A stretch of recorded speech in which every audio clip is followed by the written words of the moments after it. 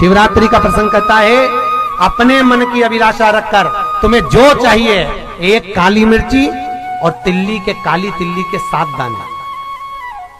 एक काली मिर्ची और काली तिल्ली के कितने दाने?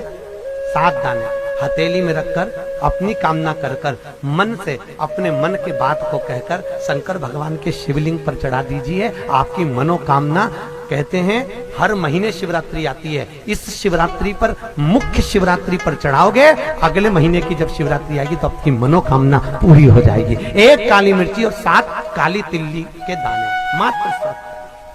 महाराज, जिसके घर में क्लेश रहता हो, बहुत ज्यादा लड़ाई झगड़े हो रहे हैं, सास बहू के झगड़े, ना बहू कुछ सुनने को तैयार ना सास सुनने को तैयार, और घर में बेचारे पुरुषों की आफत, यहाँ भाई भाई झगड़ रहे हो, सास बहुएं झगड़ रही हो, कुछ मत करिए। गेहूं की बाली को तोड़ो।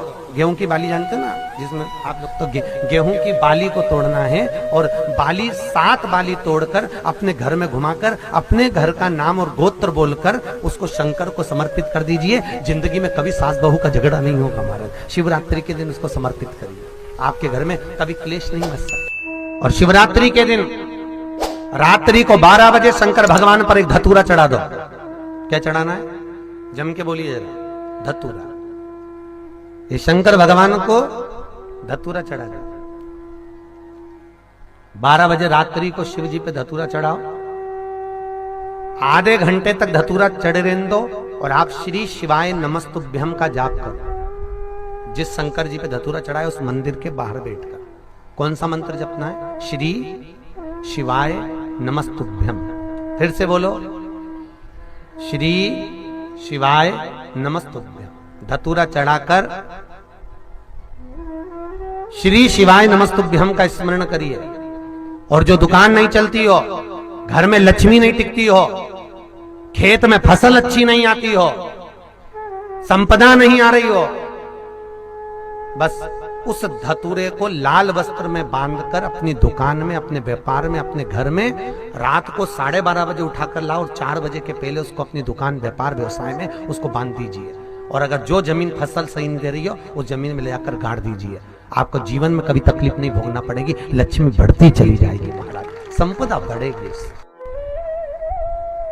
जो व्यक्ति ज्यादा बीमार रहता हो, बहुत बीमारी उसको घेरे रहती हो, परेशान रह रहा हो, बीमारी बनी हुई है, तो बोर चढ़ाइए। बेर, क्या बोलते हैं यहाँ पर? बेर की बोर, वो खाने वाला बेर जो होता है, उस बेर को 7 बेर ले लो और 7 बेर को लेकर अपने ऊपर से घुमाकर शिवरात्रि की दोपहर के 12 बजे शंकर भगवान के शिवलिंग पर ले जाकर उस बेर को चढ़ा दीजिए।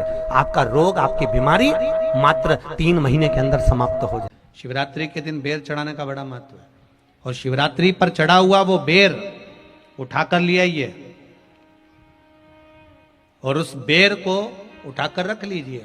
मान लो किसी को उदर से जुड़ी हुई जब तकलीफ रहती है, पेट से जुड़ी हुई तकलीफ रहती है, पेट से जुड़ी हुई कोई भी प्रॉब्लम हो, अगर पेट से जुड़ा हुआ कोई भी रोग आपको लग गया और डॉक्टर की दवाई चल रही है, सारी औषधि चल रही है, जो शिवरात्रि पर आपने बेर चढ़ाया है, वो बेर अगर आपके यहां रखा हुआ है, वो बेर उस रोग वाले व्यक्ति को खिला दीजिए। आधे घंटे के अंदर पेट का दर्द, पेट की तकलीफ, पेट का कैसा भी रोग होगा, एकदम आराम लग जाएगा। उस बेर में इतना दम, इतना प्रबलता आ जाती है शंकर को, जो शिवरात्रि के दिन बेर चढ़ाया जाता है। वो केवल शिवरात्रि के दिन करने का होता है। कहते हैं जिसका व्यापार ना चले, व्यवसाय ना चल रहा हो, बहुत ज्यादा कष्ट में जीवन निकल रहा हो और बहुत ही ज्यादा तकलीफ हो रही हो, तो धतूरे को हल्दी में डुबोकर शंकर भगवान को शिवरात्रि के दिन रात को 12 बजे समर्पित करें।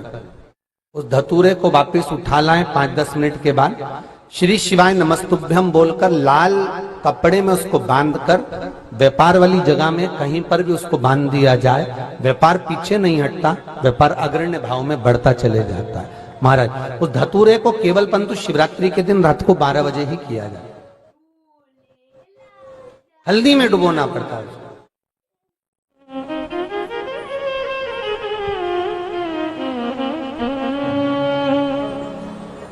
यही प्रमाण एक क्रम में और है महाराज जी। लिंग पुराण कहती है, मान लो किसी व्यक्ति को कोई एक भारी बीमारी हो गई, बड़ा रोग हो गया, और वो रोग डॉक्टर कह रहा है कि ये ठीक नहीं होना है, बहुत तकलीफ उसमें है और कष्ट ही कष्ट है, वो ठीक नहीं हो रहा, दवाइयां लग रही, गोलियां खा रहे हैं, तो महाराज उसका भी वर्णन है। 7 धतूरे, कितने धतूरे लेना है? 7 धतूरे। कोई सी भी शिवरात्रि से मतलब महीने में एक बार शिवरात्रि आती है, प्रत्येक महीने आती है। किसी भी शिवरात्रि के दिन 7 धतूरे लेकर, एक धतूरे में मौली, लच्छा, नाड़ा लपेटकर,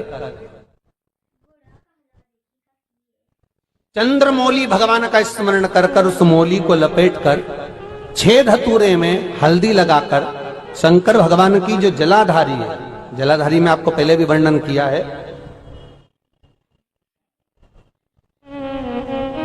शंकर भगवान का ये शिवलिंग है, ये जलाधारी है, ये भगवान का जल निकलने का स्रोत, चरणारविंद का भाव। शिवलिंग जहां रखा हुआ है, ये पार्वती जी का हस्त कमल है, जो ये गोल भाग है, ये पार्वती का हस्त कमल है, जहां शिवलिंग रखा है। जहां से जल नीचे गिरता है, उसके सीधे भाग में श्री गणेश जी महाराज का स्थान है, उसके उल्टे भाग में श्री कार्तिकेय जी का स्थान है। जलाधारी के सामने एक मोटी सी लाइन होती है, कहीं सांप बना होता है, कहीं स्थान बना होता है। जो मोटी सी लाइन है, ये शंकर भगवान की सबसे छोटी लड़की अशोक सुंदरी का स्थान है। जलाधारी के ऊपर जो 3 टेकी लगी है, ये भृगु ऋषि का, भृंगी गण का स्थान है। इसके ऊपर जो कलश है, कलश में जो पानी भरा जाता है, वो पानी जो बूंद बूंद नीचे गिरता है, ये शंकर भगवान की 5 लड़कियों का स्थान है। जया, विषहरा, सामरीबारी, धोतली और देव, ये 5 लड़कियों का स्थान है। शंकर भगवान का संपूर्ण परिवार शिवलिंग के सामने से, जहां से जल चालू होता है गिरने के लिए नीचे की ओर जब जल जाता है, उस स्थान पर भगवान शंकर के सारे गणों का स्थान है। फिर जब जल बहकर सामने की ओर जाता है, जितनी दूर तक जल जाता है उतनी दूर तक भगवान शंकर के उस जल भाग को ग्रहण करने के लिए 33 कोटि देवताओं का स्थान है। इसलिए उस जल को हम लांघते नहीं है, क्योंकि वहां 33 कोटि देवता विराजमान रहते हैं महाराज। तो जो बीमारी डॉक्टर ने बता दी और बहुत बड़ा रोग हो गया और शरीर में कष्ट है, ठीक नहीं हो रहा, चाहे लीवर से जुड़ा हो, चाहे किडनी से जुड़ा हो, चाहे कैंसर से जुड़ा हो, और मान लो शरीर में कहीं गांठ भी हो गई है और वो मिटी नहीं रही हो, तो महाराज निवेदन है 7 धतूरे, एक धतूरे पर मौली लपेटकर वो शंकर जी के शिवलिंग के ऊपर चढ़ाना। 6 धतूरे, उसमें से एक धतूरा भगवान श्री गणेश जी का स्थान, दूसरा धतूरा श्री कार्तिकेय जी का स्थान, तीसरा धतूरा अशोक सुंदरी का स्थान। महाराज शंकर भगवान की जगदम्बा जी के हस्त कमल के ऊपर एक धतूरा, एक धतूरा जहां से जल नीचे की ओर बहकर जा रहा हो, पानी जिस जगह से नीचे गिर रहा हो, बिल्कुल वहीं पर एक धतूरा चढ़ा देना है। उस धतूरे को चढ़ाने के बाद वो धतूरा वापस लेकर आना है। अवधूतेश्वर महादेव का नाम लेकर या चंपेश्वर महादेव का नाम लेकर उस धतूरे को, जो बीमार व्यक्ति है उसका स्पर्श कराकर बेलपत्री के पेड़ के नीचे पटकवा देना है महाराज। धीरे धीरे रोग में आराम मिलना प्रारंभ हो जाता है, औषधियां धीरे धीरे समाप्त हो जाती हैं और व्यक्ति स्वस्थ हो जाता है। ये केवल शिवरात्रि के दिन ही होता, 12 महीने शिवरात्रि आती है, आप किसी भी शिवरात्रि को कर सकते हो, किसी भी शिवरात्रि।